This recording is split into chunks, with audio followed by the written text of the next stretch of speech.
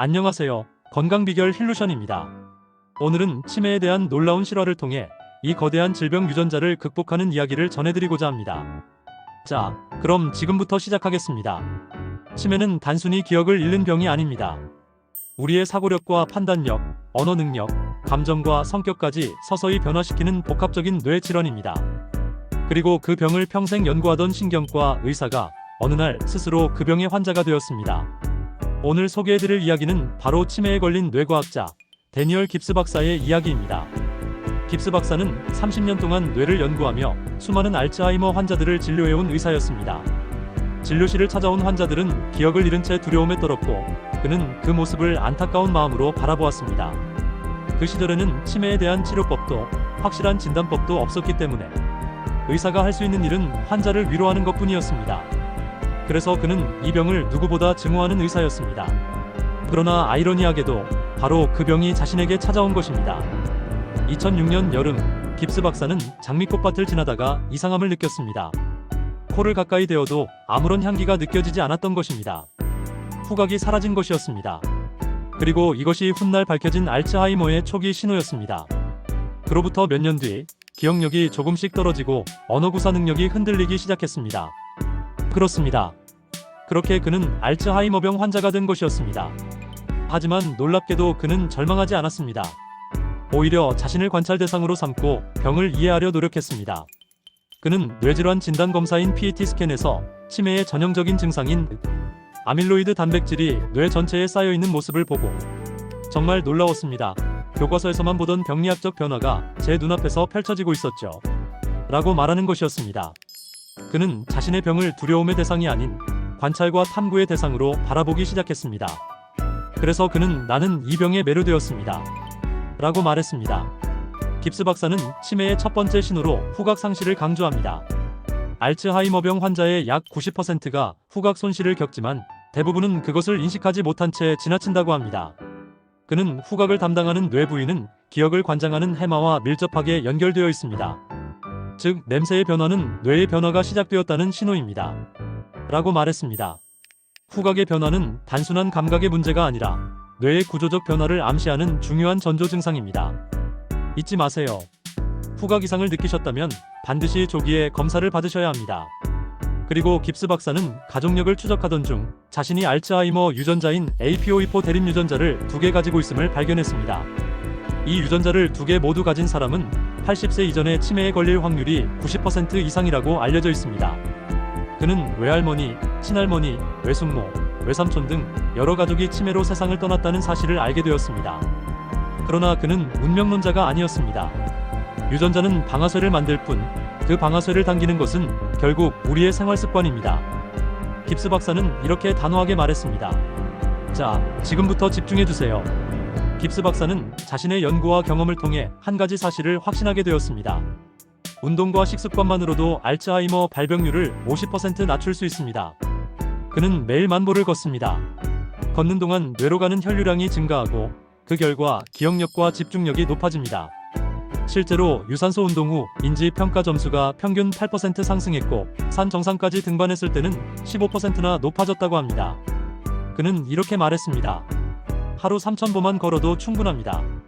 뇌는 움직일 때 더 활성화됩니다.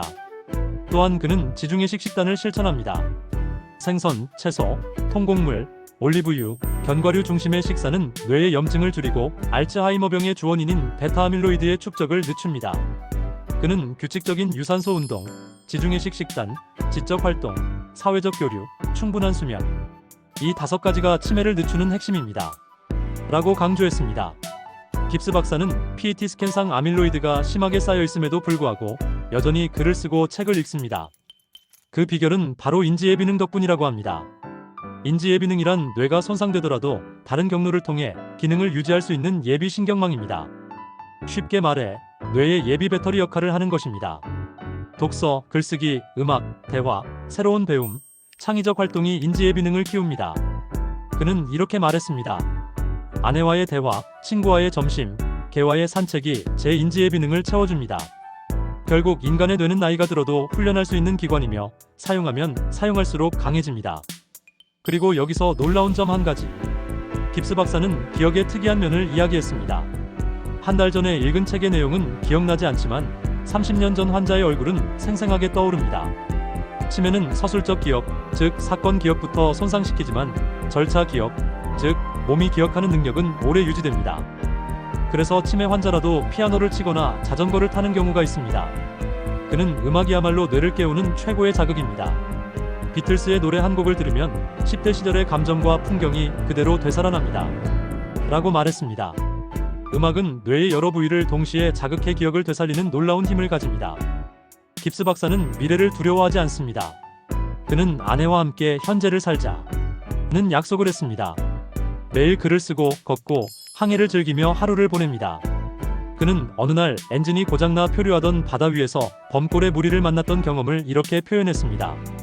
범고래는 찾으려 할 때가 아니라 기대하지 않을 때 나타납니다. 인생도 그렇습니다. 계획이 아니라 순간 속에 진짜 선물이 있습니다. 그는 치매를 인생의 종착점이 아니라 새로운 여정으로 받아들입니다. 그는 병을 통해 배웠고 여전히 흥미롭게 연구하고 있습니다.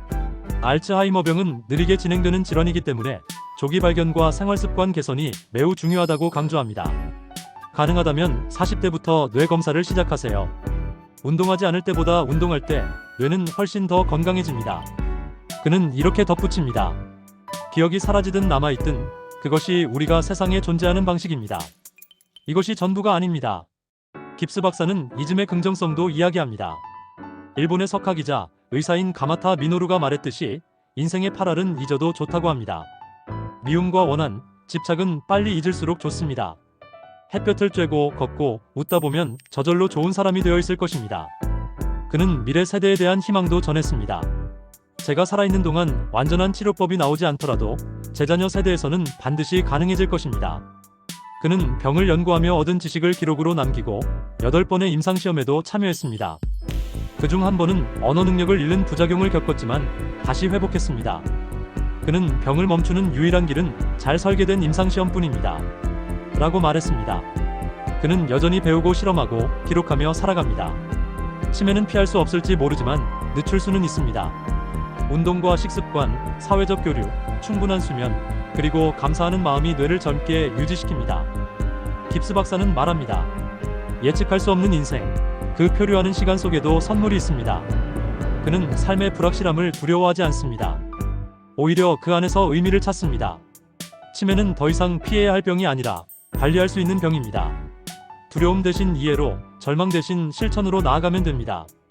잊지 마세요. 인간의 뇌는 나이를 먹어도 훈련할 수 있습니다. 하루단 10분이라도 걸으세요.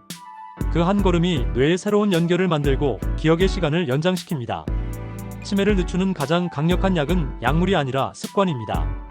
데니얼 깁스 박사의 삶은 우리에게 한 가지 중요한 메시지를 전합니다. 절대로 치매를 두려워하지 마세요. 지금 이 순간 조금 더 걷고 조금 더 배우고 조금 더 웃으세요. 그것만으로도 우리의 뇌는 다시 살아납니다. 오늘 영상이 도움이 되셨다면 좋아요와 구독, 알림 설정으로 함께 해주세요. 여러분의 건강한 하루를 응원합니다. 지금까지 건강비결 힐루션이었습니다. 감사합니다.